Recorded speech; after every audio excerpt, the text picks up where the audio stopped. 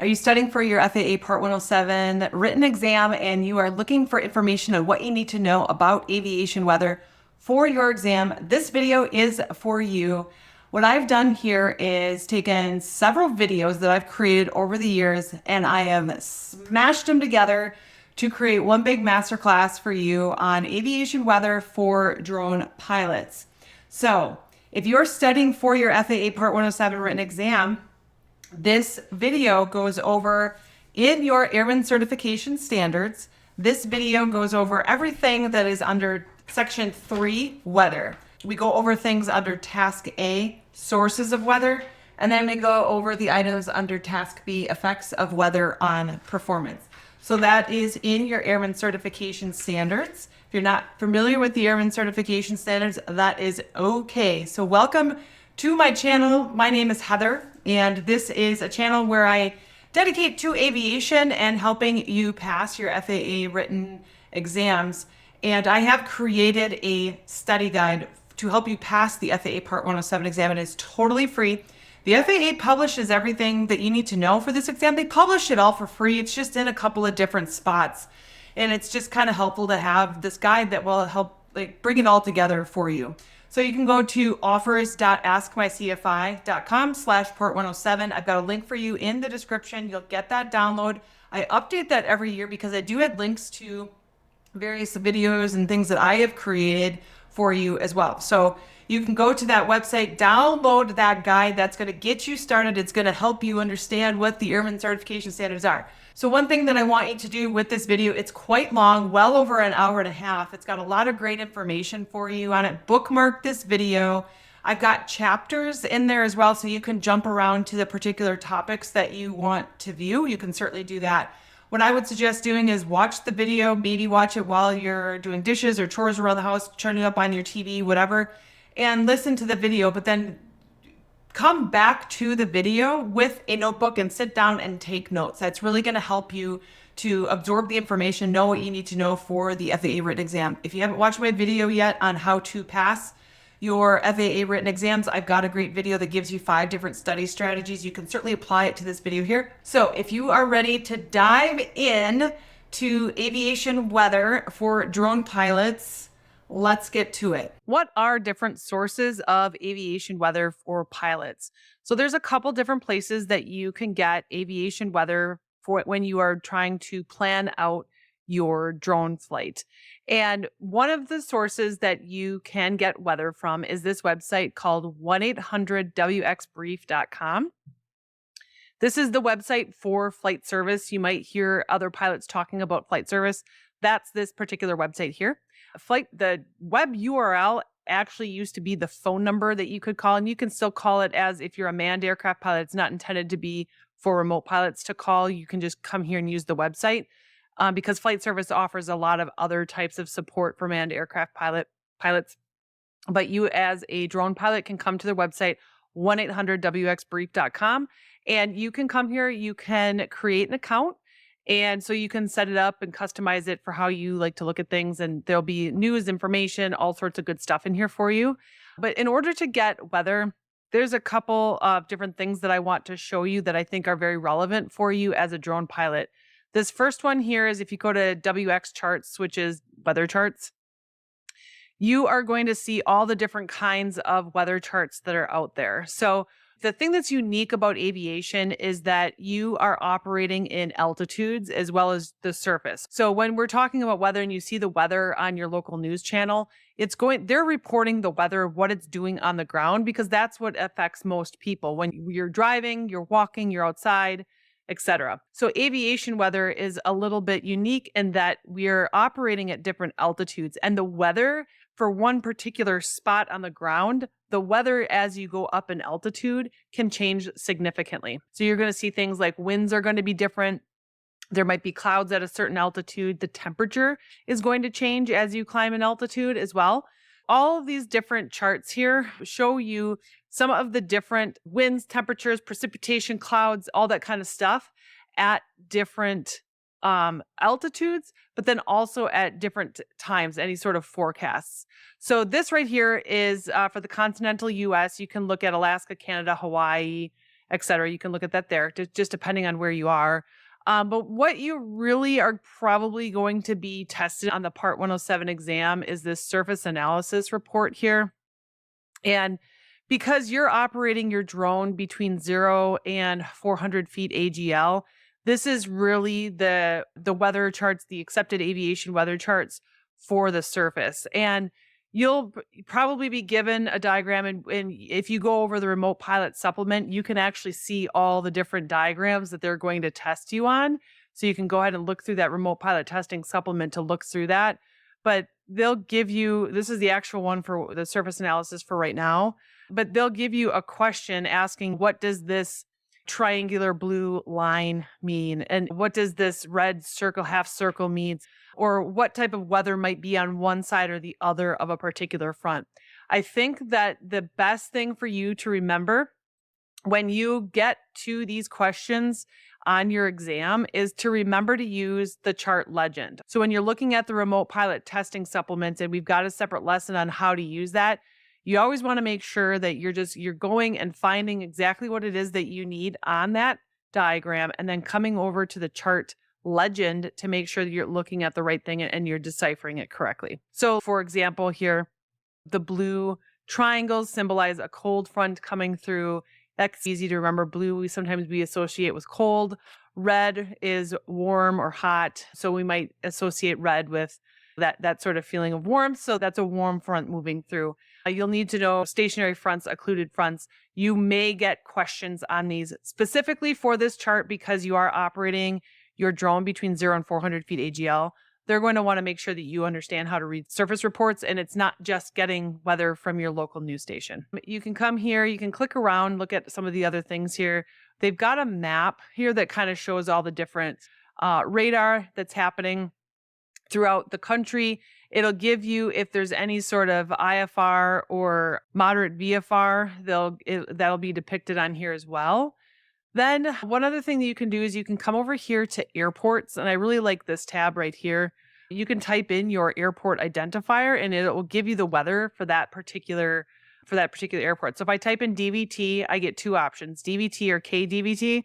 So the prefix K signifies that it's an airport in one of the 48 contiguous United States. So KDVT, DVT, that's the same airport. But if you saw another prefix on there, it might be an airport in a different country. So you want to make sure that you're looking at the right airport there. And it gives you all the information about the airport. So this is the Phoenix Deer Valley Airport. And it tells you it's open to the public, started in September 1959. Its flight service is through Prescott.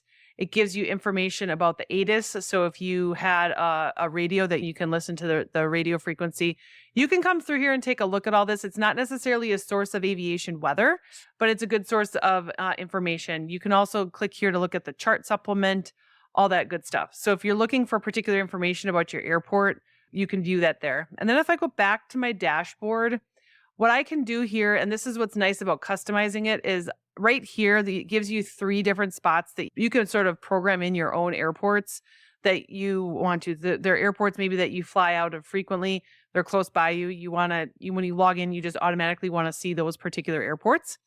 And so I have Appleton, Wisconsin, Oshkosh, Wisconsin, and Deer Valley Airport in Phoenix programmed in here. And up here, it will tell me the METARs. Down here, it will tell me the TAFs. We will go over METARs and TAFs on how to read those further on down in the course, but this is where you can get that information. So after you go and watch the lesson on METARs and TAFs, you can come back here and notice that we've got this plain text box here checked. So this right here is giving us the METAR information, but it's giving it to us in sort of layman's terms that you can just read it and you can know. There's light rain and mist. There's wind coming from 350 at 11 knots with gusting to 16 knots. 3 statute miles visibility. Ceiling is overcast at 600 feet. Temperature is 15 degrees centigrade.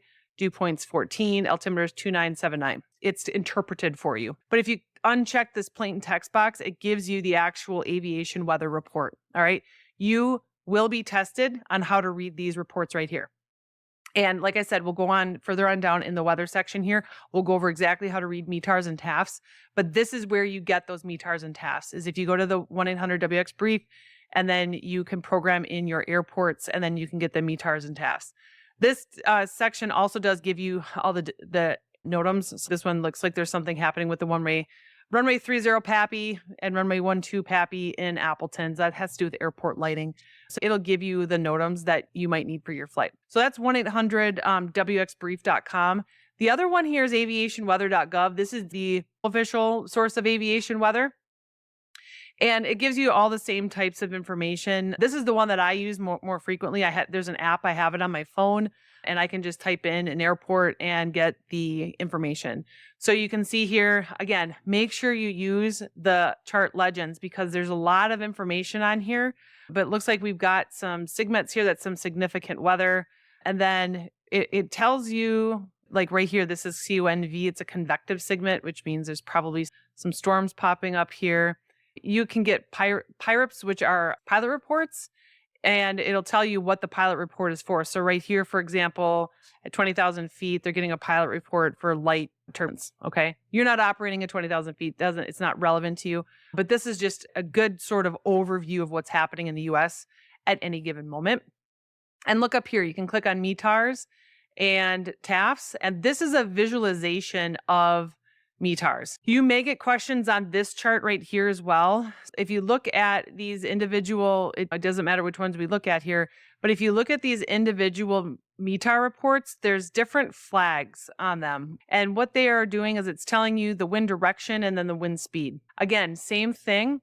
Come down here and look at the chart. If it's asking you what's happening at KSOW right now, we've got that red line right there. We know that we're getting some gusts of wind, okay? And it's gusting up to a certain speed. But we can decipher everything by coming down here and looking at the legend. But you may get questions on those little flags there as well. Because again, METARs are going to be some of the surface level reports, and the FAA is going to want to know that you know how to read those. So then we can go back here and we can click on TAFs. And we get the visual representation of the TAFs. So the METARs are the current information on the ground. TAFs are going to be their forecasted weather at different time intervals. Again, we'll go over all that. But you can come here and you can see a visual representation of all the TAFs. Notice between the METARs and the TAFs, there's more METARs than there are TAFs. Not every airport has a TAF. Not every airport has a METAR either. But there are more METARs than TAFs in the US. So this is, again, going to be a visual representation of the TAFs. You may get questions on those flags and what they mean. And again, just come down here. You can look at it. It tells you a long flag with half a flag is 15 knots, right? So you just got to decipher it based on what the question is and what the map is or the chart is that you're looking at. So what I suggest doing is getting in here, looking around after we go through the lessons on how to read METARs and TAFs, then come back here and start pulling up different reports from different airports and start trying to decipher them. You're going to see some off the wall things, and you're going to see some things that you just like, yep, it's pretty simple and straightforward to the point. It's just really going to depend on what's happening for the day.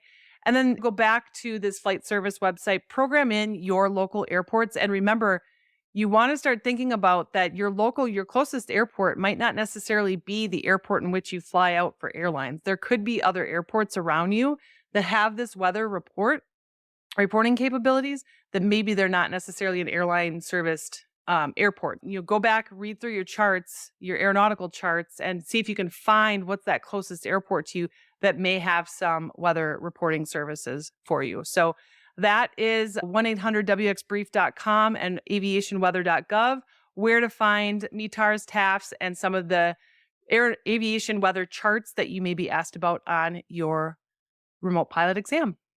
Now about how to decipher METARs. So I have provided a cheat sheet for you here. I'm going to go over this cheat sheet for you. There's both METARs and TAFs in here. In this video, we're just going to go over METARs, but there's METARs and TAFs in here. It's a cheat sheet for you to help you decipher the METARs. There is a full explanation of all of the different types of codes that you will see in METARs and TAFs in the AIM. So if you ever come across something that you're not 100% certain what it means, if you go to the AIM, you can look it up. It'll be in there. There's some things that you'll just see all the time, And then there are some things that are just completely off the wall and you have no idea what it means. Now, it's important to note that a lot of these terms come from the French language, which is interesting because aviation is English is the accepted language of aviation, but a lot of these terms are taken from the French language. So that can be a little confusing, especially if you don't know French. Meteorological aerodrome or METARs are the current weather conditions at an airport.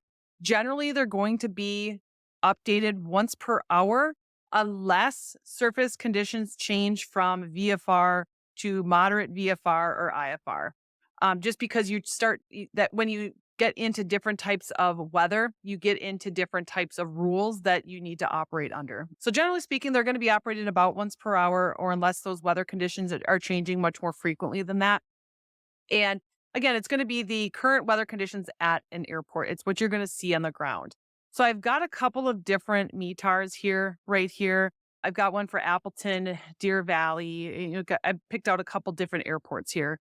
Notice that the K here stands for an airport that's on the contiguous 48 states. And then I've got P and then P here. So P is going to be for Hawaii. And then the P, A, and V is going to be Alaska. So in the contiguous 48 states, you get the K, and then Alaska and Hawaii, it starts with a P. So looking at this sort of to the untrained eye, this just looks like a bunch of letters and numbers. Once you learn how to read this, you can show your friends and family that you're cool now, you know how to read all this stuff. But it really does give you a lot of really good information here. So it's all broken down. They're all in the same all the information is in the same sequence, even though some of these look longer than others. All the information is in the same sequence. So, for example, here, the first 4 letters are going to be the airport identifier, where again, all airports in the contiguous US begin with K. Alaska and Hawaii start with the letter P. So, this is the METAR for KATW. You want to make sure that you are looking at the right METAR. Now, remember, your closest airport might not have a METAR. They might have something called an AWOS or an ASOS. We'll talk about that later. Not every airport does have METAR reporting capabilities. So you have to just find the airport that's closest to you that has METAR reporting capabilities. The next section here is when. So this is the time on that the METAR report was generated in Zulu time or Greenwich Mean Time. So what you'll have to do is you can do a time converter, go on the internet, do a time converter, and you can convert your local time to what is the Greenwich Mean Time or Zulu time. And that will give you the local time for that airport. So now what you want to remember is you may be looking at an airport that's in a different time zone than you're currently in right now. You want to make sure that you're converting it to the time that airport's local time. So those of you that are maybe sitting on time zones or you're planning a flight for something a little bit further away from you, you want to make sure you're converting it to the local time of the airport. All right. So in this particular example right here, it says this particular METAR was generated on the 5th day of the month at 15:45 Zulu. So that's the time. So the first 2 numbers are always going to be the day of the month, and then this is going to be the time. All right. And so this was done at 15:45 Zulu, which is 5 hours behind Greenwich Mean Time. So if you subtract 5 hours from that, it becomes 10:45 a.m. All right. The next section here is going to be the wind. So the first 3 numbers are going to report the direction the wind is coming from. And then the next 2 numbers are going to be reporting the wind speed in knots. And in this particular METAR, you see that it's 00000, 5 zeros. That means that the winds are light and calm. There's just no wind to report. All right. Whereas if you come down here and look at this one for Deer Valley Airport, the winds are coming out of the direction 140 at 5 knots. So that section is going to be wind. The next section is going to be your visibility. And it's oftentimes reported in statute miles, or sometimes you'll see RVR, which is runway visual range. So if the visibility conditions are so low that they can't necessarily report it in statute miles, they'll actually report it as how far you can see down the runway. If your visibility is that low, it's probably means that you are not going to be flying, but you may see that RVR, runway visual range. In this example right here, the visibility is reported at 10 statute miles. Most times you'll see 10 statute miles as that upper limit. You won't necessarily see anything beyond that. that means that the visibility is probably going to be unlimited. If you look up at some of these other examples that I have up here, right here, we've got 2.5 statute miles reported visibility, 5 statute miles reported visibility, 1 statute mile reported visibility. So you'll see that visibility there. What you'll see after that, and I don't have it on the diagram here, but if you come up here to the examples that I have, if the visibility is reduced, it'll give you a reason why. So right here, we've got rain, we've got snow. The minus sign means light. If there's a plus sign, it would mean that it's heavy. So if the visibility is reduced, it'll give you a particular reason why. This is where you'll want to use the aim if there might be some weird reasons why. For example, if there's smoke, for example, if there's smoke coming out off of a fire, it'll be FU for fumar, which is French for smoke. So you'll see all these different acronyms that if you're not sure what they are, just go to the AIM and look it up there. So again, the intensity is going to be reported by a plus or a minus sign as well. And then, and then this example right here, the KGRI example, 2.5 statute mile, HZ means haze. So the reason why the visibility is reduced is because of haze. Oftentimes it will tell you why. Sometimes the technology can't decipher what exactly the type of, if there's precipitation or reduced visibility, it can't always decipher it, but it's pretty close. Then the next section here is the cloud ceiling. So this right here is Appleton has reported scattered at 1,200 feet. So the cloud ceiling, which you'll need to know, are these different terms right here: SKC, view, SCT, BKN, and OVC. You need to know those terms and what they mean. All right. So if you were to break the sky out into octals, that term comes from how much of the sky is covered based in those different octals. So SKC means sky clear. All right. Few means there's few clouds. It means 1/8 to 1/4 of the sky is covered in clouds. SCT means scattered clouds, which means 3/8 to 1/2 of the sky is covered in clouds. BKN means broken, or 5/8 to 7/8 of the sky is covered in clouds. And OVC means overcast. The entire sky is covered in clouds. There's no openings. All right. So when you're looking up at the sky, what I always suggest doing is go and look at the METAR for your local area whenever there's clouds, whenever there's not clouds, so that if you're looking up at the sky and you can see that there's a couple of clouds, go to your METAR and look at it and see what they're reporting it as, so that over time you start training your mind that looks like few clouds, that looks like broken clouds. All right. So what's important for you to know is that broken and overcast are cloud ceilings, which means that that's the difference between VFR and IFR operations for you. And I see I have a typo there. I will fix that. And so broken and overcast means that if you're operating under VFR, which you are as a remote pilot, you cannot pop through those clouds. You have to stay below those clouds.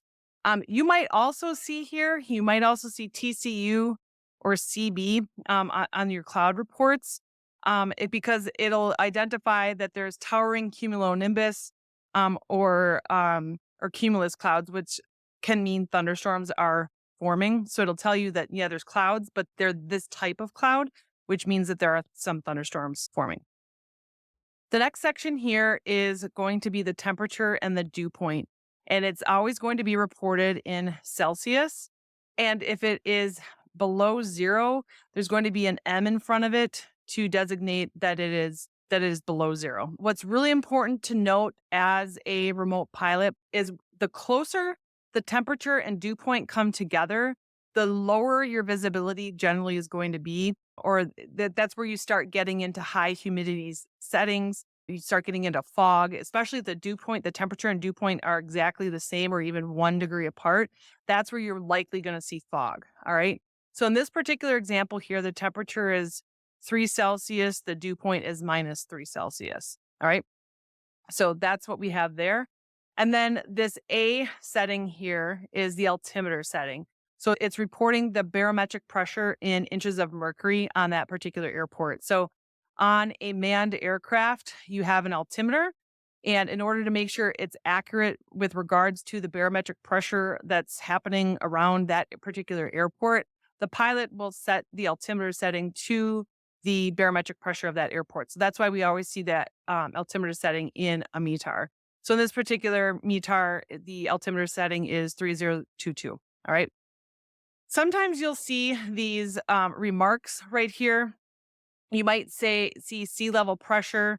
You might see AO1 and AO2. This is something that you'll see quite frequently. And this is what I was talking about earlier, that some of the METAR systems can't distinguish between the different types of precipitation. So if you see this AO1, it means the site's automated. It means it's got some technology there to provide some reports for you, but it cannot distinguish between the different types of precipitation. And you're going to generally see that after this altimeter setting right here. And then AO2 says the site is automated and it can distinguish between the types of precipitation. Let's see if I have any examples of that right here. So right here, remarks AO2. So they're telling us that it's an automated system and the technology can tell the difference between the different types of precipitation. Same with this one right here, remarks AO2.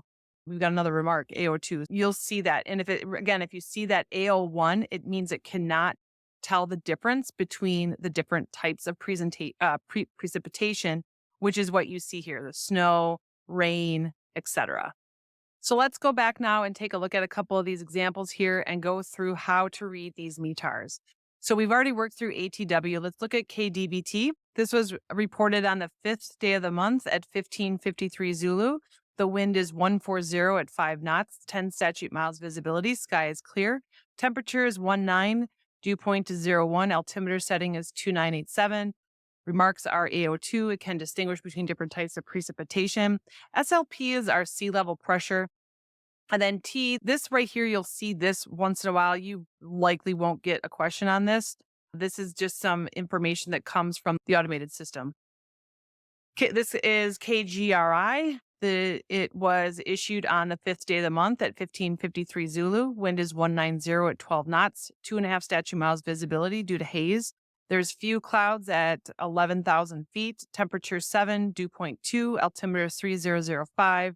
Remarks, we see the AO2, sea level pressure is 190, and then we get that automated information as well.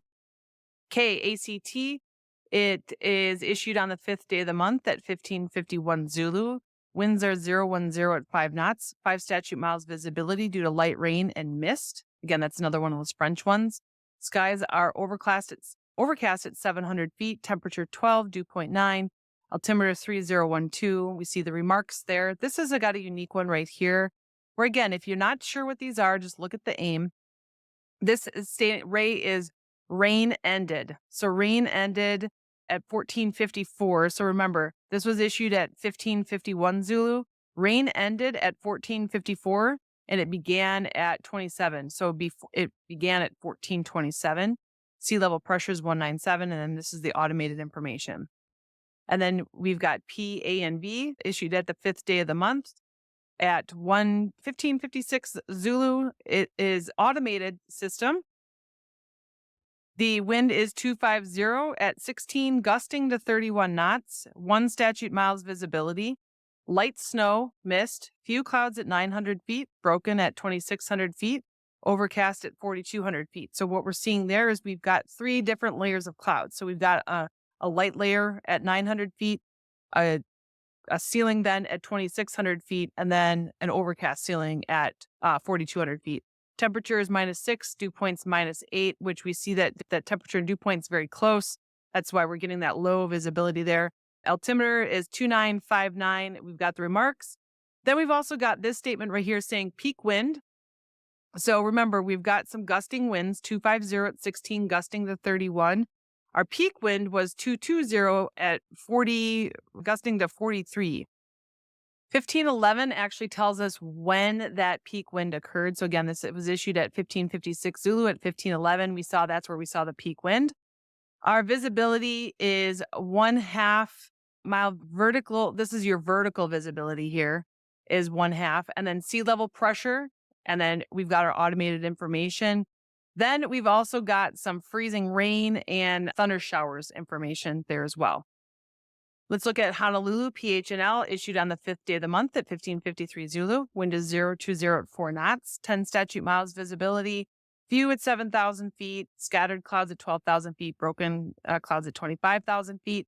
Temperature 21, dew point 17, altimeter 2995, remarks AO2, sea level pressure 140, and then we get the automated information. So what I would suggest doing, the best way to learn how to read METARs is just get online, go to aviationweather.gov, pull up METARs from all over the country, pull up your daily METARs, look at them at your own local area, and just start reading them. And if you're not sure what something means, go to the AIM, see if you can decipher it there. You will get all of the information that you need, all the different codes. Like there's lots and lots of them. So you'll get all those in the AIM if you find something that's a little off the wall. You'll see a lot of really interesting METARs in the wintertime, specifically around blizzards and that kind of stuff. So it's a good time to get in there and just start digging around and taking a look at it. So that is how you read a METAR.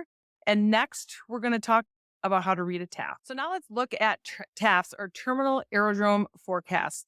So a TAF provides a 30-hour outlook for certain airports. So not all airports that have a METAR is going to have a TAF.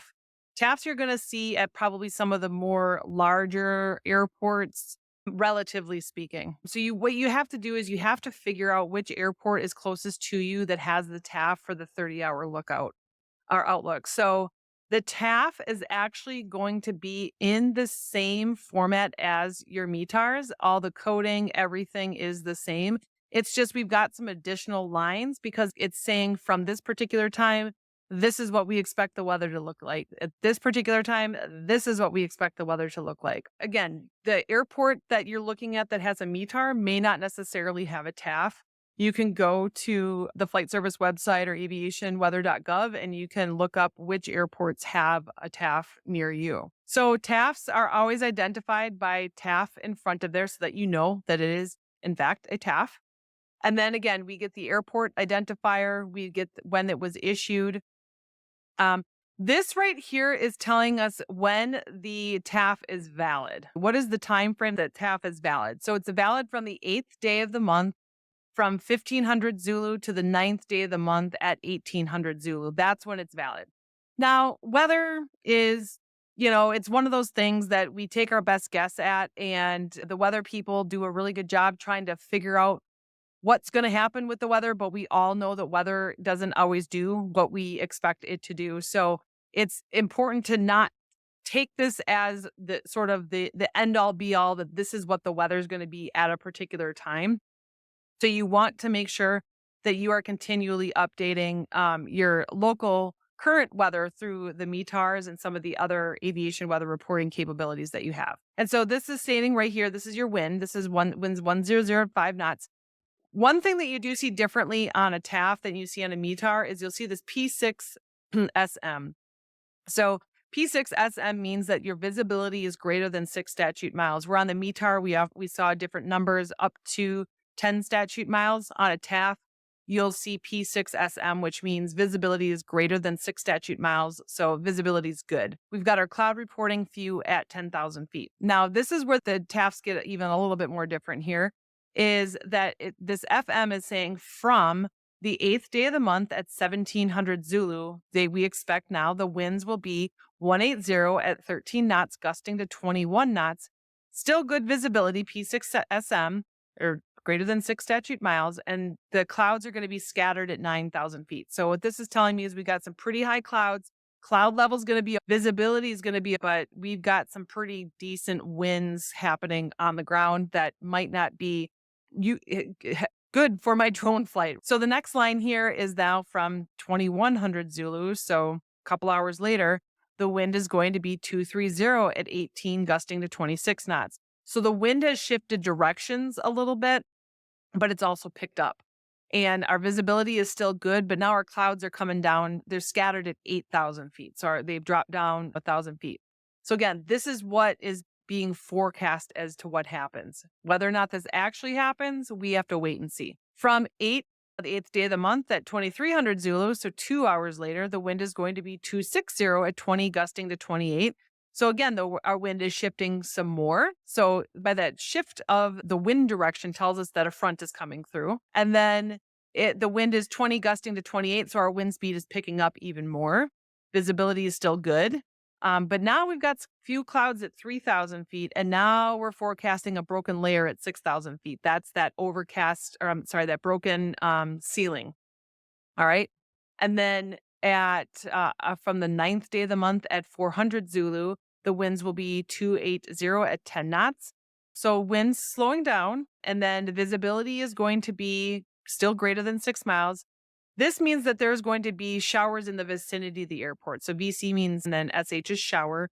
So it's telling us that there might not be showers necessarily on the airport itself, but showers in the vicinity of the airport, which could be indicated by where these clouds are. We're getting a scattered layer at 4,000 feet and a broken layer at 6,000 feet. So they could be just scattered showers happening, but not necessarily directly on the airport. And then this one is from the ninth day at 800 Zulu. The winds will be 100 at 6 knots. Visibility is still greater than 6 miles. And then we have a scattered cloud layer at 6,000 feet. So at, be somewhere between 4 and 800 Zulu, our weather starting to clear up. All right. So again, this is how you read a TAF. It reads very similarly to the METARs. I highly suggest that you get online every single day, look up what the current TAFs are for certain areas of the country, not even necessarily just by you. You might want to look at the weather reports, look at the radar reports, and see where there's some significant weather happening. There might be some storms, there might be some blizzards, you might even see things like fires happening that you'll see reports of smoke in here. You can come in and you can take a look at all of them. And that's really just the best way to learn how to read these, is to just read them over and over again. And you will find things that you're not certain what they mean. And that's where we go to the AIM to get that information. So that is how you read a TAF.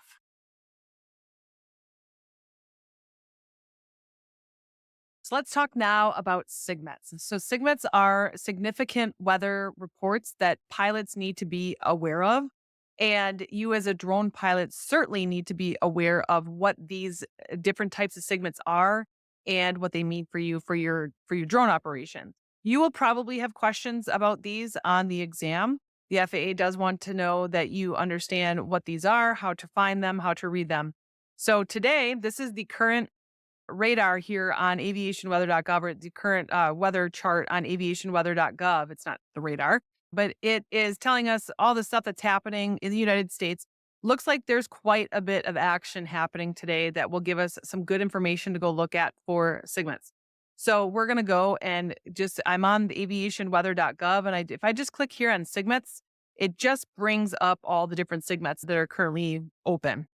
SIGMETs are significant weather. So you're going to see these with thunderstorms, tornadoes, hail, things like this that are going to be extremely detrimental to your flight or any flight, even airliners, large jets, that kind of thing.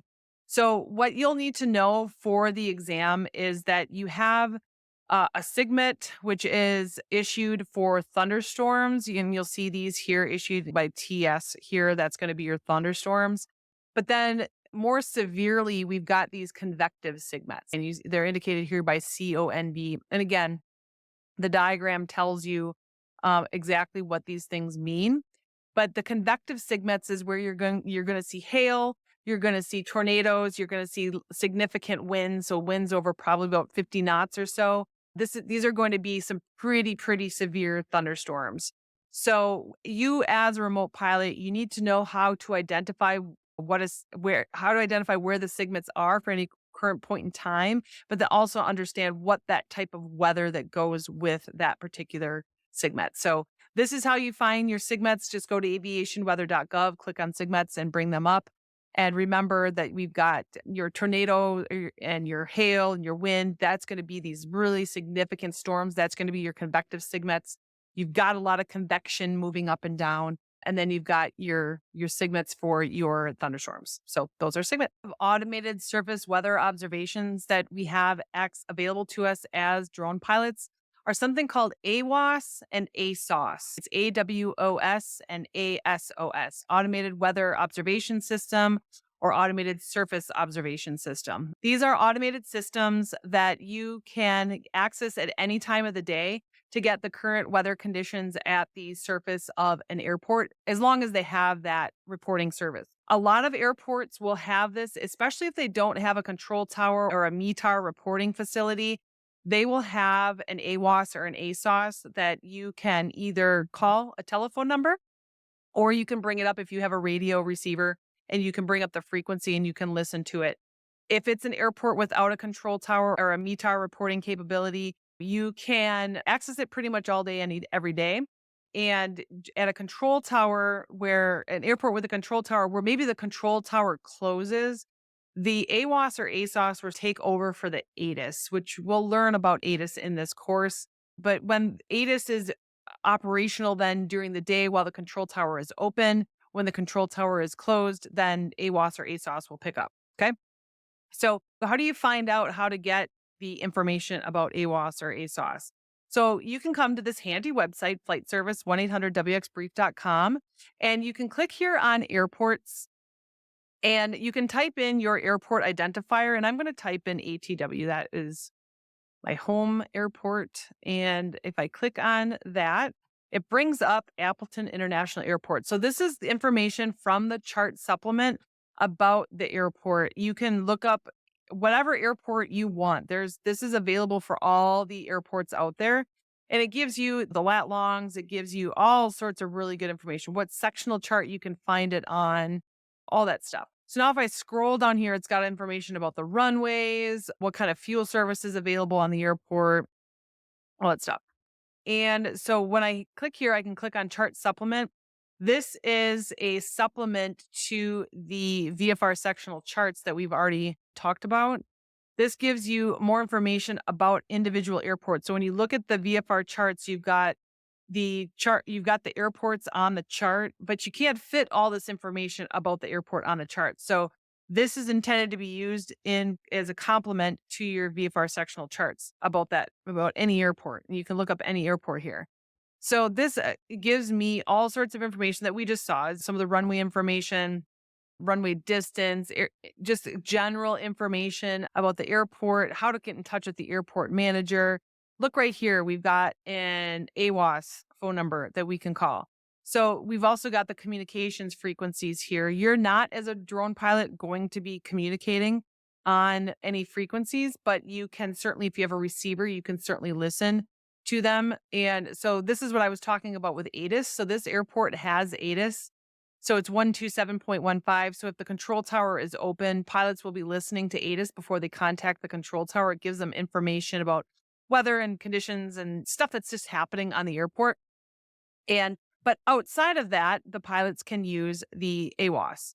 And so this is the phone number that you can contact AWOS on at any time of day. You can just listen to it. It's an automated recording that just loops and it's on repeat. So let's call AWOS. Let's call them right now. I'm going to bring up my phone here and hopefully you can hear it.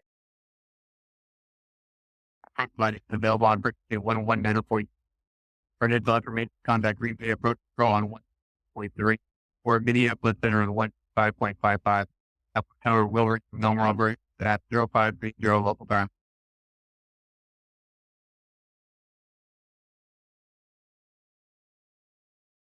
Appleton International Airport. Automated weather observation 2141 Zulu weather wind 350 at 13 gust 1 visibility 7 light rain ceiling 600 broken 1200 overcast temperature 15 Celsius dew point 14 altimeter 2979 after the operation 300 local back comment up the pilot operated runway taxiway is front lighting available on 119.2 printed information contact replay approach control on 1.3 or Minneapolis Center on 5.55. Apple Tower will reach normal operation at 0530 local time. So you can see it's on loop. It sounded like a computer talking. And if you were listening to the information, it sounds a lot like a METAR report. It tells you what the winds are, what the ceiling is, what the visibility is. Sounds like it's not a good day to fly in Appleton. So the clouds are pretty low. The field is IFR, which means we cannot operate our drone, the clouds are too low. But it's again, it's a computerized recording of current weather. And at the end of that, you heard the gentleman speaking about when the tower was closed. It was giving you some information about you can contact Green Bay or you can contact Minneapolis for additional information. So if it's the middle of the night and a pilot is coming in and they need information, that's what that is. So that's just a general recording for the manned aircraft that might be coming in when the control tower is closed. So you as a drone pilot, what you need to know is you need to know how to go and look at this chart supplement and get the phone number to call the AWOS or the ASOS and determine, does an airport even have AWOS or ASOS? If you come and you look at the chart supplement, and every single one of these, every airport these are all going to be formatted pretty similar. The order of information is going to be in the same. But you can just come here and you can look for weather data sources and you'll see where it says AWOS or ASOS. You can call that phone number. It's a recording. So what I would suggest doing is look up your local airport and see if there's an AWOS or ASOS phone number that you can call and give it a ring and see what it says and see how you can decipher that information and maybe call up a couple different airports just to get used to listening to it and understanding what they're saying.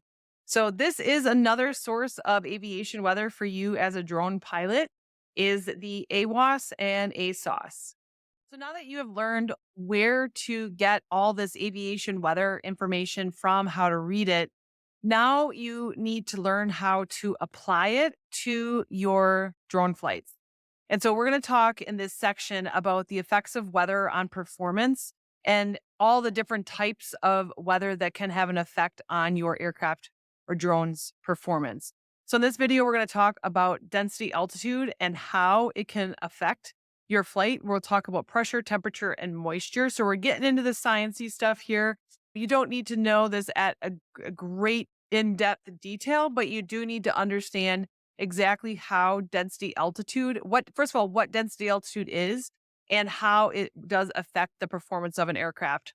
In this section here too is a really good document for you to study for this part of the exam. What I did is I brought up the document 8082. That's this one right here, the study guide, remote pilot, small unmanned aircraft systems. This one right here, it's got some really good descriptions of what this all means. But I'm a visual person. I need to chart all this out and try to understand it. So what I'm going to do is I'm going to just talk you through this right now so that you can understand, first of all, what density altitude is, and then how it does apply to you and your aircraft. Density altitude is the official term is that we are correlating aerodynamic performance to the non-standard atmosphere. So what does all this mean? So we have in aviation, we have something called standard temperature and pressure. All right. And and we're never at standard temperature or pressure. And when we're talking about pressure, I'm talking about barometric pressure.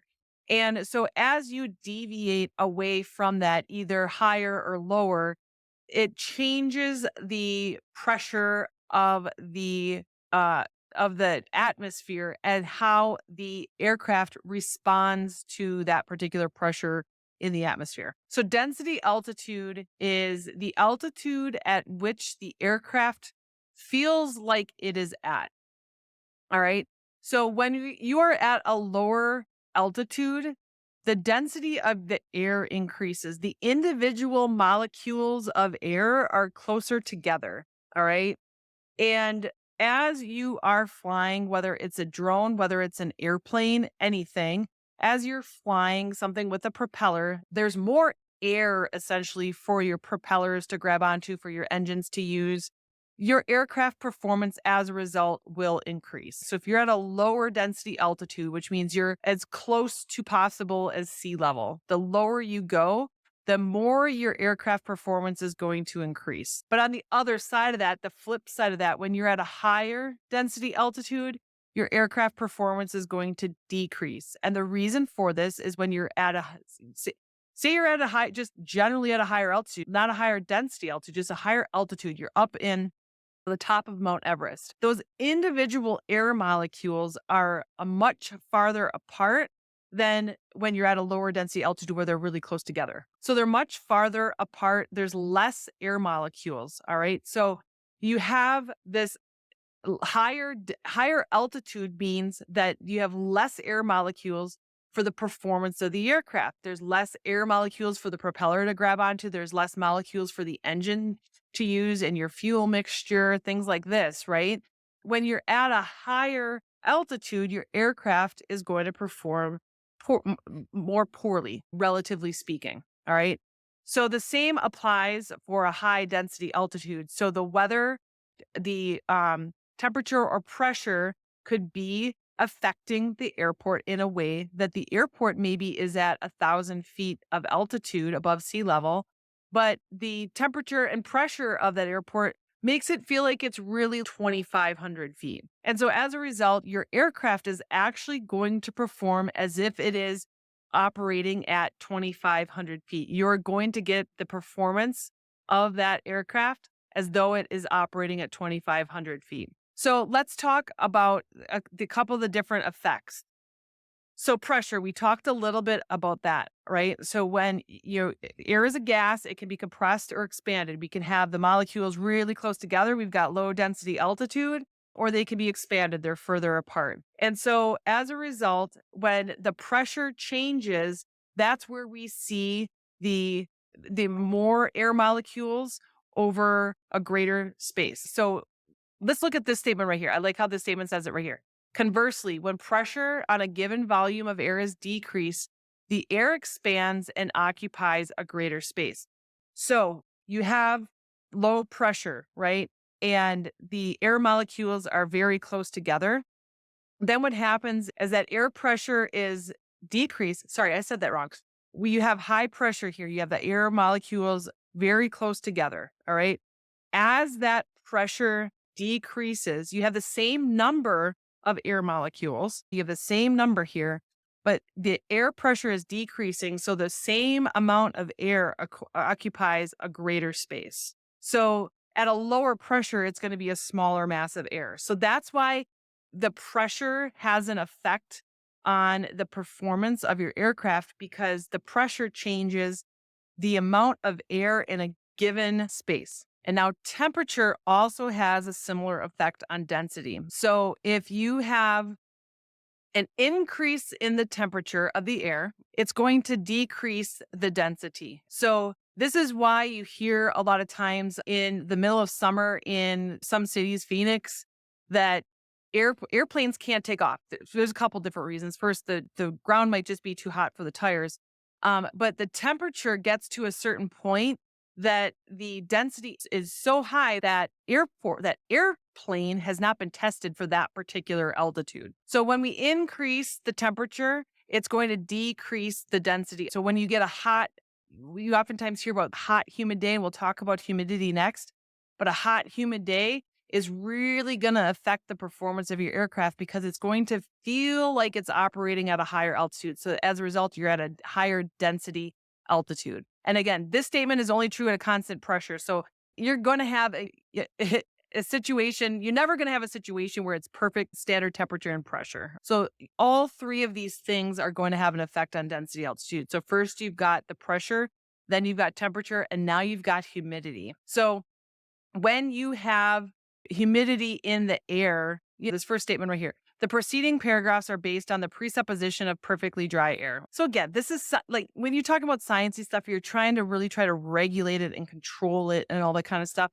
That never happens in weather. So those statements above are really presupposed on perfectly dry air. So that's why I'm saying that both the pressure, temperature, and humidity, they all work together they affect density altitude. So when you have water vapor in the air, it can impact the density altitude of that particular airport or space that you're operating in. So as the water content of the air increases, the air becomes less dense, which is going to increase your density altitude and decrease performance. All right. So when you have higher water content in the air, that means that your air is less dense. Those air molecules are further apart. It's less dense. They're not condensed here.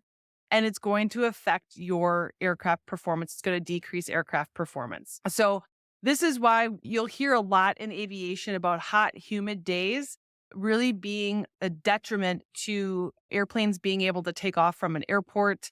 You will see an impact when you're flying your drone. A lot of it's going to depend on the size of your drone, the power that your drone has.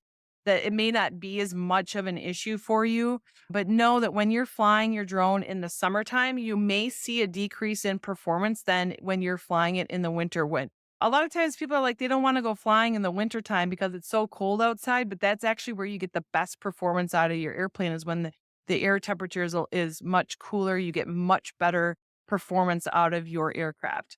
So with regards to density altitude, what you need to know is that it is the altitude at which your aircraft feels like it is at because of the effects of pressure, temperature, and humidity on density altitude. When you're reading through this study guide here, again, they break these three out because you do need to understand how each three of these operate individually, but you're never going to have a situation where you're operating at standard temperature and pressure. So know that pressure, temperature, and humidity are all working together conveniently to either increase or decrease the performance of our aircraft. So that is density altitude.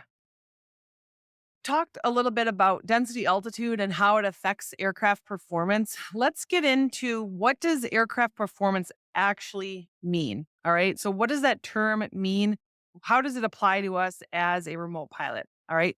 So performance of an aircraft means it's the ability to actually accomplish something. It's the ability to actually do something. All right. So we're talking specifically about the things you see right here.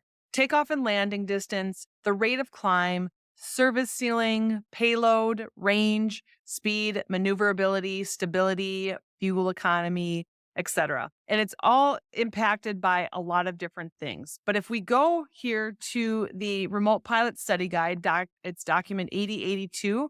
This one right here, Remote Pilot, Small Unmanned Aircraft Systems. If you don't have the printed copy of it, that's totally fine. You can type into Google FAA 8082 and it comes right up for your remote pilot study guide.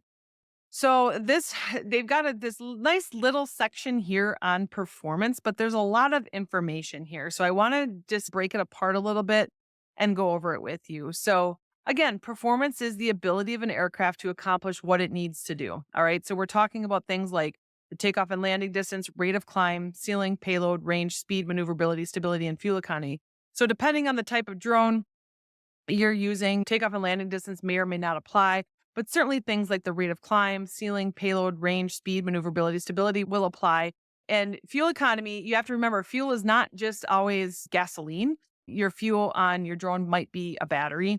And so the economy of that battery is going to be impacted by the performance of your drone. So when we're talking about climb performance specifically, when we change the weight and we change the altitude, and different configuration changes of our drone, it's going to affect excess thrust and power. It's that ability, it's those things that we need to make the drone go do the things that we need it to do. All right. So if we're adjusting weight, if we're adjusting altitude, we're adjusting any sort of configuration of our drone, it could have a positive or negative impact on our excess thrust and power. All right.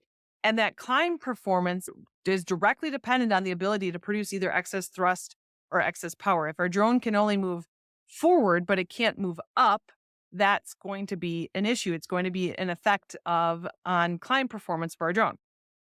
So let's talk a little bit about weight. So weight has a very pronounced effect on aircraft performance. If you think about your drone or whatever it is that you're flying, if you think about it like a boat, it's very similar. Boats are operating in water and your drone is operating in the air as a gas, and it operates very similarly to what you would see in water. So if you add weight to it, so if you think about a boat, for example, if you add weight to your boat, the front end of it is going to come up on your boat. And it's as you increase speed, that's going to increase drag because the nose of your boat is up in the air. All right. And I know it's not called a nose, but we're calling it a nose here. But it's operating at what's called a higher angle of attack. All right. To maintain that particular speed, you're going to need to give it more thrust because you have more drag. All right. The same happens on an aircraft. So as you add weight to your drone is going to need to fly at a higher angle of attack. And if you have a quadcopter or something like this, we're talking about your propellers. So this is the additional weight is going to increase the drag on your aircraft. As a result, additional thrust is needed to overcome that additional drag, which then means that less reserve thrust is available for climbing. So let's go back to our boat example. If we add weight to our boat, the nose of the boat comes up. In order to continue maintaining the same speed that we were at, we have to add additional thrust to keep moving forward. But let's just say our boat's now an aircraft or something that can fly. Now we don't have any of that reserve thrust left over. We may have it at full power and just maintaining that. We may not have the excess thrust or power to be able to get that aircraft to take off or stay up in the air. All right. So this is how weight can affect the performance of your aircraft. And it can, obviously, if you add weight, if you reduce weight, it's going to change the performance of your aircraft. The same thing happens when we're operating at a higher density altitude. So that aircraft performance is going to be more diminished at a higher altitude. We're going to see that less ability to be able to take off, that less ability to land. We still might be able to do it. We may need a longer runway. That rate of climb, if we're coming up, say in our boat example again, we got a flying boat, that rate of climb may be really slow versus if we didn't have that extra weight on that drone. So when we're talking about the performance of our aircraft, we're talking about these things: the takeoff and landing distance, the rate of climb, the ceiling, payload, range, speed, maneuverability, stability, and fuel economy. So just remember that is what we're discussing here when it comes to aircraft performance. And what you need to understand is that the density altitude of wherever it is that you're operating your drone will have an effect on the aircraft performance. And this is what we mean by aircraft performance right here.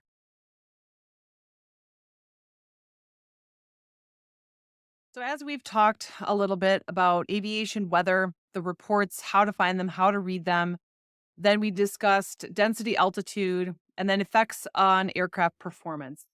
And in all of those conversations, we discussed a little bit about standard temperature and pressure. What you need to know as a remote pilot is what standard temperature and pressure is and what those actual numbers are. Standard temperature and pressure in science and all these things, we have a baseline of just by which we measure everything. All right. And so in aviation and weather, we use the standard temperature is 59 degrees Fahrenheit or 15 degrees centigrade. And then standard pressure is 29.92 inches of mercury. Those numbers are very significant in weather. All right. And so that's just the baseline that from which we measure everything else from. So when we're talking about density, altitude, and we're talking about temperature, pressure, and humidity, and we're looking at each one of those individually, when we're looking at temperature, that when we're saying this is only true for non-standard pressure. And then pressure, it's true for non-standard temperature, right? This is what we mean. So if you had a perfect day in weather, it would be 59 degrees Fahrenheit with 29.92 inches of mercury on the barometric pressure. That's what you'll see there. You will also see standard temperature pressure reported in millibars. 1 inch of mercury is equal to approximately 34 millibars. That's where you see the sea level pressure. That's just because there's some altimeters in other parts of the world that it is reported as sea level pressure. So if a pilot is flying in an aircraft, an unmanned aircraft, there's an altimeter setting that they have to plug in there. When we're looking at the METARs, it gave us the altimeter setting. That altimeter setting is what that pressure is.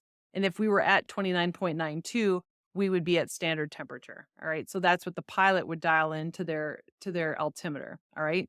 So know for the exam that standard temperature is 59 degrees Fahrenheit, 15 degrees centigrade. Standard pressure is 29.92. And when you're reading through your materials, when you're listening to the videos, you're talking to other people, know that when we're talking about the performance of an aircraft, we're generally talking about non-standard temperature and pressure for certain things. And some things you'll see the terms This is true for standard temperature or standard pressure. This is what we mean by that. Let's talk now about wind and how it affects your aircraft and how it can affect your flight. So, wind is obviously something that we can't see, but we can make some judgments about it based on some of the topography around us. Also, we need to look at our aviation weather reports to determine what might be happening with regards to the wind up at altitude.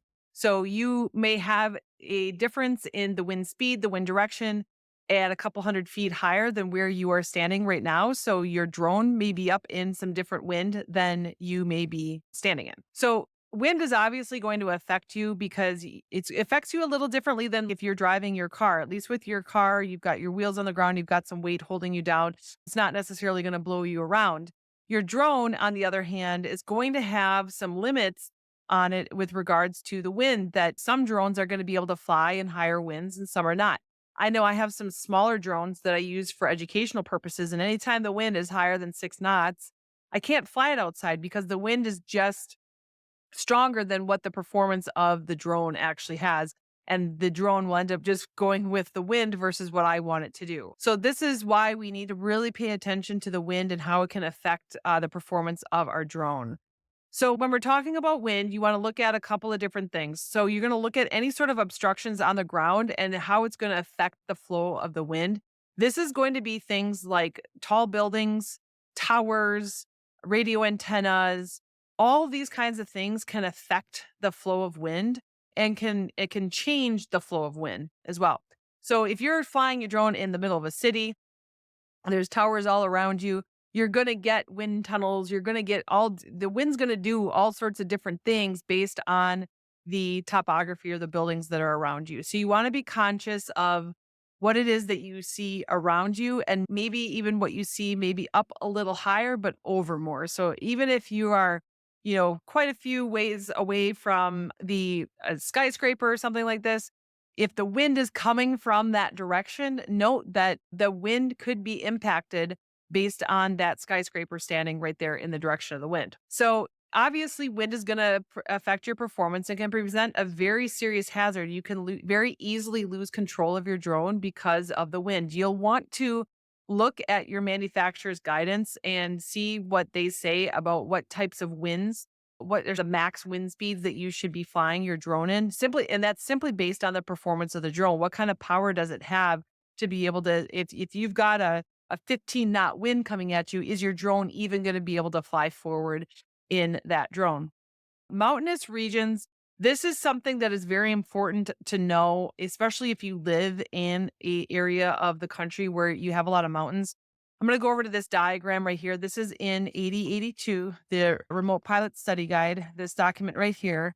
This diagram is right here. When you're talking about mountains, you're going to want to look at the mountain itself and then figure out which direction the wind is coming from. A couple of different ways to do that. You could look at the METAR reports for an airport that's nearby. You may or may not have one. You can call the AWOS or ASOS for an airport that's nearby. See if you can get that information. If you've got a windsock, you can look at the windsock to see which direction the wind might be coming from. You can just put your finger up in the air and kind of feel it. If there's a significant amount of wind, you might just be able to tell based on your hair blowing or your clothes blowing, something like this. But you want to pay attention to the direction of the wind up over the top of a mountain. All right. So right here, we're on the windward side of the mountain, and the air is going to be much smoother on that side of the mountain. So as it's coming up over the top of the mountain, it's going to be very smooth. So if you're operating your drone over here, you can know that you're going to experience the wind will be smooth. You may not see gusts. It may not be a lot of turbulence, but you'll need to know that there's going to be strong updrafts. So if you're trying to fly right here, you fly your drone right there, note that the wind is going to try to take your drone up and over the top of the mountain. All right. So you need to be aware of that. But then when you come over to the leeward side of the mountain, this is where you get this tumbling effect of the air. And this is where you're going to see some significant turbulence. If the obstacle that you have here as well is that the turbulence could be so great that would actually push your drone into the ground, that you wouldn't have enough power to be able to keep your drone up. All right. And note, so for example, if you're standing right here and you're trying to launch your drone on the leeward side of a mountain, no, you may not even be able to get it up off the ground. Or if an updraft does happen to grab it and take it, you might not get it back. All right. So these are some of the things that you need to pay attention to when you are flying your drone with regards to wind. Again, wind is not something you can see, obviously, but you need to pay attention, have some good situational awareness, pay attention to some of the structures that are around you, whether they're man-made or a mountain or a hill or something like that. Pay attention to that. Have some take a good assessment prior to your flight so that you don't either A, lose or ruin your drone, or B, cause any harm to any individuals that may be around your drone flight. So that is what we need to take into consideration as we're talking about wind and our drones. Continuing on our conversation about wind, let's discuss low level wind shear. You might see it abbreviated LLWS. So, low level wind shear is a sudden, drastic shift in the wind speed or direction close to the ground. So, you as a drone pilot are going to be operating your drone between 0 and 400 feet AGL. So, your drone could be impacted very easily by low level wind shear. Generally, you're going to see this with around thunderstorms. A lot of times you'll see it with something called a temperature inversion. And this is where, so generally, as you go up in altitude, the air cools down. A temperature inversion is as you go up in altitude, the temperature will increase. And so when you see that, so if you're looking at your weather reports and that the temperature is going up, you know that there may be some low level wind shear and it might not be the best idea to fly your drone. So you'll get this sudden drastic shift in wind speed or direction. So you could be flying your drone and a headwind could immediately shift to a tailwind very quickly. That can affect performance. And then the reverse, you may have a tailwind that suddenly is shifted to a headwind, and that's going to affect the performance of your drone as well. And what the other piece to low level wind shear, there's something called microbursts that you might see around thunderstorms. Sometimes you can see them. Generally, there's going to be a lot of rain coming out, but this is going to be a burst of air and rain that just comes out of the clouds, onto the ground, and it just comes down and then it comes out to the side. So with those microbursts, you need to know that obviously you don't want to fly underneath one, but if you happen to get caught near one, because it comes down, it hits the ground and it spirals out here, that you maybe get caught in one of those updrafts. Your drone might get caught in one of those. When you are looking at your weather reports, you really want to look and see if there's any sort of indication of low level wind shear. It's very dangerous because of the proximity to the ground. First of all, for you as a drone pilot, that's where you're operating your drone. But second of all, your drone could actually be just pushed into the ground because of the wind, which could either harm human beings, it could damage property. There's a lot of different effects that low level wind shear could have, a lot of consequences that low level wind shear could have. So knowing how to identify it when it might be occurring is very important for you as a drone pilot. So looking for things like thunderstorms, those temperature inversions, any kind of fronts that might be moving through on those fronts, you might see some low level wind shear. So really watch for those reports. But even if you're up flying and you feel like you're feeling like there might be some low level wind shear happening, it might be time to call the flight just simply because of the dangers that can be associated with low level wind shear. So we talked already a little bit about temperature inversions. So let's go into it in a little bit more detail. So temperature inversion, as I said earlier, is where the air is rising in temperature as you are rising in the atmosphere. So the higher up you go in altitude, the air is actually getting warmer versus getting cooler. So in our standard atmosphere here on Earth, as you climb up in altitude, the air gets cooler. That's just how it is. So when you have a temperature inversion, this is where the air a couple hundred feet above the ground just is a little bit warmer than the air below it. And this is something that can cause low level wind shear. You can see temperature inversions higher up in the altitude as well. You're not going to be flying your drone up there though. So for the purposes for the exam and to fly your drone safely, understand how you can identify a temperature inversion. You're going to look at those weather reports. If you're flying your drone on a clear, cool night, just know that by default that there could be a temperature inversion either occurring or going to occur. So make sure that you know how to identify it and watch out for that low level wind shear. We see that that's a big obstacle for flying our drones. And again, we're looking at that air just a couple 100 feet off the ground. We're not talking 5, 6, 7, 8,000 feet. We're talking just a couple 100 feet off the ground. And you will probably have questions about this on your exam simply because you're operating your drone between 0 and 400 feet AGL. And that's right where low level wind shear happens as a result of temperature inversions. So please just know it, understand it, how to identify it, and that it is something you probably don't want to fly your drone in if you do identify that low level wind shear. So we talked a little bit about temperature inversions. Now let's go into temperature and dew point and what that relationship is. So when we're discussing the METARs, where we're showing you how to read the METARs, that on the METAR reports, we get the temperature and we get the dew point. And the importance of that is that once those temperatures become the same number, that's at the point at which our air is fully saturated. So we have 100% relative humidity. So when you're looking at METAR reports, you're going to look at that temperature dew point spread, and that will help you decide whether or not you should fly your drone. So, for example, if I'm flying my drone close to sunset and I know that it's starting to cool down, and I see that the temperature and dew point is only 1 degree separate or 2 degrees separate, I know that the temperature is going to keep cooling down because we're getting towards the end of the day. That if that temperature and the dew point become the same number, even sometimes just one number apart, this is where we see fog, we see dew, we see frost, we see clouds, we see rain, we see snow. All right. So that's where moisture condenses in the air. So it's important to know that for the purposes for your Part 107 exam, but then also to fly and operate your drone safely, is that as that spread starts to close, that's where you're going to start seeing the effects of moisture in the atmosphere. So if you're operating your drone on a hot, humid day, and you'll know it's humid, you'll feel that it's humid. But if it's the middle of the summer and that temperature and that dew point is very close together, that's where you're going to have high humidity in the air. So when there's high humidity in the air, we've discussed that affects aircraft performance because of density altitude.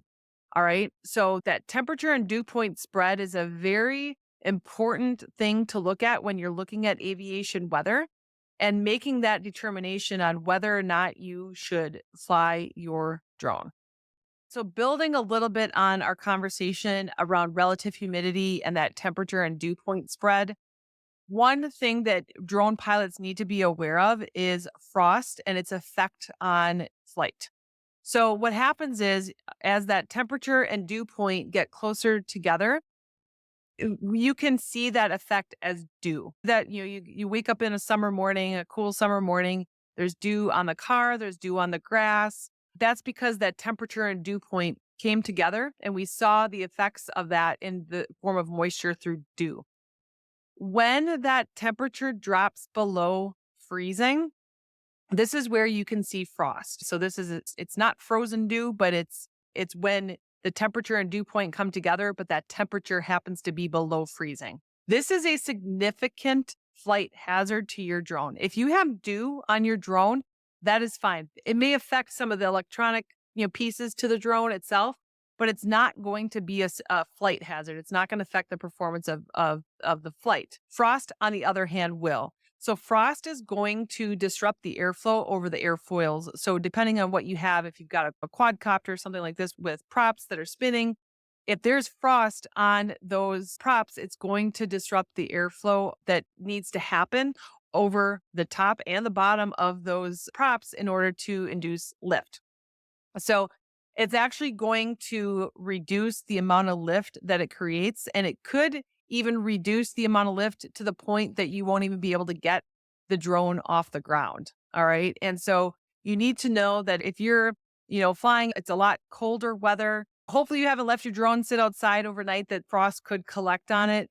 But if you're operating your drone in cooler weather, you're coming into the evening hours and it's starting to get colder and colder, note that you could have frost form on your drone and you're going to need to clear the frost off your drone. It's going to reduce the amount of lift and it's going to increase the amount of drag, likely to the point that you won't even be able to get the drone off the ground. And that can be a significant safety hazard if you're trying to get it off the ground with frost on there. So what you'll want to do is you want to make sure that you wipe the frost off there, get the frost off of there before you continue your flight. So that is the effect of frost on your drone, and you will need to know that for your exam. So as we talked a little bit about stability, let's go into how clouds affect stability of the air and some of the signs that we can see of the stability of the air through clouds. So when we're discussing the effect of clouds and the effect of weather on aircraft performance, we need to know for the exam that the cumulonimbus clouds are the most dangerous. You'll see these abbreviated as CB, either on the METARs or any other aviation weather reports that you might be looking at. They're going to look like this. It's going to look like a thunderstorm is coming. Those are going to be the most dangerous clouds. You obviously want to avoid those. You're going to see out of here, you're going to see thunderstorms, both updrafts and downdrafts. Also, when you get a cloud like this, you can get hail that can come shooting out of the top of them up to 20 miles beyond the actual cloud itself. So even if you feel like you're far enough away from that particular cloud, know that hail could actually be a danger to your flight because of that particular type of cloud.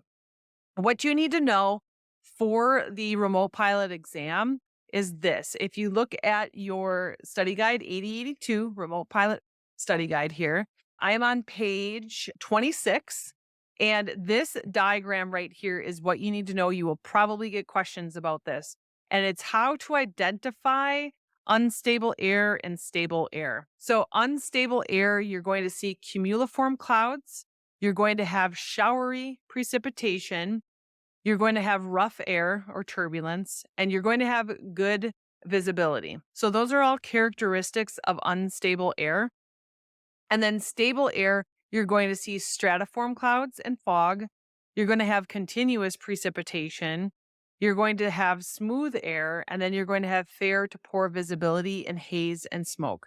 So when we're discussing clouds and stable air and unstable air, these are the kinds of questions you'll get. You might get a question asking like, what types of clouds might you see showery precipitation? Or what kinds of clouds might you associate with smooth air? So the idea here is to look at the different type of the cloud and then determine what might be happening in the air at that particular time. So take a look at this diagram in your study guide and make sure that you know it and understand it. Like I said, you will probably get questions on this. So we've discussed a little bit about mountain flying and some of the things that you need to think about as a drone pilot if you fly in a mountainous area. So let's have a little bit of a deeper conversation about that. So with mountain flying, you're going to want to make sure to gather as much information about the atmospheric conditions as you possibly can. So you're going to want to get cloud reports. You're going to want to know the wind direction, speed, and the stability of the air. So when you're talking about the stability of the air, looking at the different types of clouds, what can you decipher about the stability of the air by the type of clouds that you see in the air? Know that the wind at mountaintops can be greater than 25 knots, which is going to mean turbulence. A lot of drones you probably can't even fly at that speed, depending on the performance or the performance capabilities of your drone. Again, you're going to want to make sure to check manufacturer guidance here on what type of winds you should have that as that limitation for flying your drone. Obviously, anything over 40 knots is going to be extreme caution, operate with extreme caution there. If you have stratified clouds around the mountain, you're going to see some stable air. But then if you've got the standing lenticular cloud, and I brought up a picture here on the Google images so you can see, but you've probably seen pictures like this. But if you have this type of cloud around a particular mountain, that's going to be a mountain wave, right? So you want to make sure that you understand how to look at those clouds around your mountains and understand what's happening in the air. And then if you have any sort of convective clouds, that's going to be, we talked about here, is we've got some convection there. We've got the updrafts. That's going to be very unstable air. And so anything with convective, and I've got the note here, it says convective clouds on the windward side is going to be unstable, but a convective cloud anywhere is going to be an unstable cloud. So you obviously want to stay away from those types of clouds. So with regards to mountain flying, make sure that you are gathering as much information as possible, that you understand which direction the wind is coming from, on which side of the mountain is going to be more smoother flight for you. And then also take a look at the different types of clouds that are forming around that mountain so that you can decipher the stability, the current stability of that air, and what might be happening based on what those clouds look like. So let's talk now about the phases of a thunderstorm, or sometimes you'll see it called the life cycle of a thunderstorm. So we've got three different phases of a thunderstorm. So we've got the cumulus, mature, and dissipating phases. So if we go to our remote pilot study guide 8082 right here, page 27, we've got a fantastic diagram that helps us understand the life cycle of a thunderstorm. So when you are looking at any sort of convective action that you see in the sky, you can, by looking at it, you can tell what phase that thunderstorm might be in. So the first phase here is the cumulus stage. And we're going to see clouds anywhere between, maybe 3 and even 5 miles high. We've got all this convective action. We've got air moving upward and forcing those clouds upward. Then we've got this mature stage where the clouds are continuing to move up. We've still got that convective action, but now we've gotten to the point where we have the precipitation coming down. So we've got the rain coming down, maybe some hail is happening here too. But we've got the continuous updrafts of the convective action of the thunderstorm. But then now we've also got downdrafts that happen as a result of the precipitation coming out of the cloud. And so when you are operating your drone, you need to know, and we're talking, this diagram here is 5,000 feet, right? You're not operating your drone here. You're operating your drone way down here. So you may not get stuck in these updrafts flying your drone, but certainly there's going to be downdrafts here. So this diagram, look at it here. You've got the rain coming down right here. There's obviously going to be downdrafts there because there's rain coming down. But know that even though you're outside of the precipitation, you can still feel those downdrafts coming out of the cloud, the bottom of that cloud. And you think about it, like if you are ever near a thunderstorm, you might be right on the edge of where it's raining, but you still feel that cool draft coming off that storm. That's what this is right here. That's still the downdraft coming, but there may not necessarily be precipitation. So you as a remote pilot need to know that there can be downdrafts here that can affect your flight operation, could smash your drone into the ground. You want to pay attention to that.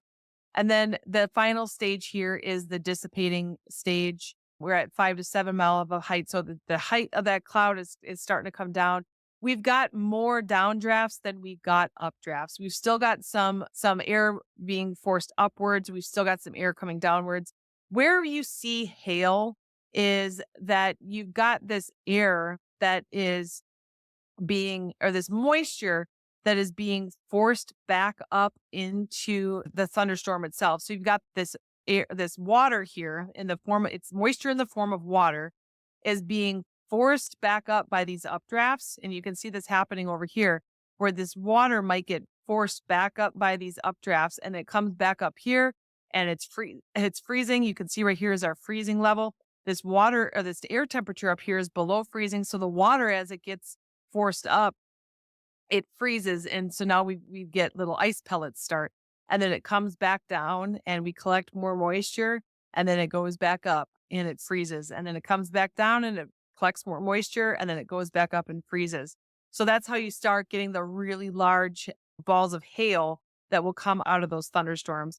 So it's very important to know that those hailstones can get just thrown out the top of these clouds here. And so you don't even need to necessarily even be near a thunderstorm for there to be hail. So know for the remote pilot exam, you need to know the different phases of the thunderstorm or the life cycle of the thunderstorm, the cumulus, mature, and dissipating, and what some of those characteristics are of those individual phases. So we're looking at the updrafts, we've got the updrafts and the downdrafts, and then we've got mostly downdrafts here in the dissipating phase.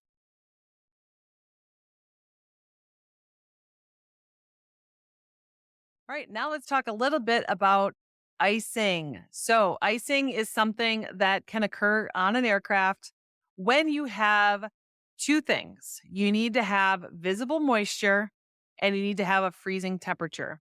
So, if you have visible moisture in the form of rain and the temperature is close to freezing or below freezing, you may experience icing. And why I say it could be close to freezing, because you could have something called aerodynamic cooling, which is when the drone is being cooled down simply because of the flight. You're flying around and you're actually just cooling the drone down. You could experience icing because you have that visible moisture.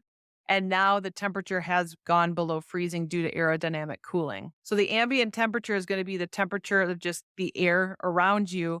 But if that ambient temperature is close enough to freezing, you could experience some aerodynamic cooling that the drone could essentially freeze up. So when you are thinking about the concept of icing, and does it pose a danger to you and your drone operation or your flight for that particular day? Know here that you need to have two things. This is what you'll probably get tested on, is you need to have visible moisture and you need to have freezing temperatures. So that is how you get icing. And you want to make sure that you are paying attention to it, especially if you're operating very closely to that freezing temperature. So let's talk a little bit more about what a ceiling of clouds mean, or cloud ceiling means. We discussed this when we were going over aviation weather reports themselves, but let's go over it again just so you know exactly what it is that you need to know for the purposes of your exam. You do need to know what the definition of a cloud ceiling is, and that is the lowest layer of clouds that is reported as broken or overcast. So, broken or overcast, those are your two signals that you have a cloud ceiling, and it's always going to be the lowest layer. You might have a broken layer at 4,000 feet, and then you might have an overcast layer at 6,000 feet. So your cloud ceiling that is at 4,000 feet. Below that, you might have a scattered layer at 3,500 feet. That is not a ceiling.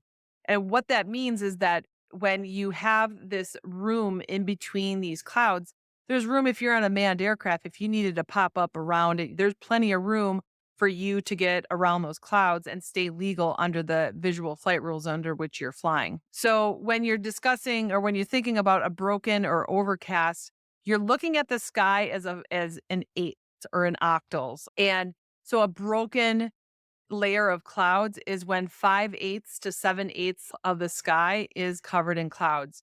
There may be a little hole here and there, but for the most part, the sky is pretty well covered in clouds. Obviously, 5/8 is more than half. So again, you still may see some holes that somebody could poke through. And sometimes manned aircraft pilots get themselves in trouble by just poking through some of those holes, but you may see it may not be a full layer of clouds. Whereas overcast is when 8/8 of the sky is covered in clouds. You've got a full layer of clouds there. Where you find the information. So if the question is, where do you find information about cloud ceilings? You get it on the METARs. The METARs are going to tell you if you've got few scattered, broken, etc. It will even tell you if the sky is clear. So if the sky is clear, you don't always have a cloud ceiling. There might just be a few clouds at 800 feet. That is not a cloud ceiling. So you want to look at what is the lowest layer of clouds in broken or overcast. One other thing you might see is vertical visibility. You might see this on some weather reports when the weather is absolutely terrible. So if they're reporting vertical visibility, you probably are not flying your drone. This is when, if the weather gets down to where there's really no distinction between where the cloud ceiling or the cloud ceiling or the cloud levels are at and cloud visibility, it's all kind of one just big mesh of fog. You might see some reports of vertical visibility showing like maybe vertical visibility is 300 feet. In any case, you're not going to fly your drone in weather when it's reporting vertical visibility. But you may get a question on how is vertical visibility reported, or what is vertical visibility? But it's that some airports do have the capability of taking a point on the ground and looking straight up to see exactly how high up you can see. And you generally are going to see that when there's very poor weather conditions. So we discussed cloud ceilings. Now let's talk a little bit about visibility. So when you look at your METARs, you get the visibility of the current conditions at that particular airport. And you'll see on the METARs, they'll report it up to 10 statute miles. Anything beyond 10 statute miles is considered clear visibility or unlimited visibility. The visibility that's reported out on METARs is the horizontal distance at which you can see large objects with the naked eye. So when we start getting below 5 miles visibility, 3 miles visibility, this is where the laws start changing with regards to what kind of flying we can do, especially that 3 mile mark is where generally it's going to be IFR or instrument flight rules, and you won't be flying your drone if the visibility is under 3 miles, depending on the airspace. But when you're looking at those weather reports, the METARs are going to give you that visibility information. And that's what you need to know for the exam is where do you get this information? If you need to get information on the visibility at a particular station or at a particular airport, where is it that you get that information? You get it on the METARs and you can get it on other automated weather systems. What are those other automated weather systems? AWOS and ASOS. And those are things that you do want to look up pre-flight. You do not want to wait until you're actually flying to go and bring up this weather. This is information that is available for you pre-flight. You want to look it up, make sure you're legal, make sure you're safe. That's visibility.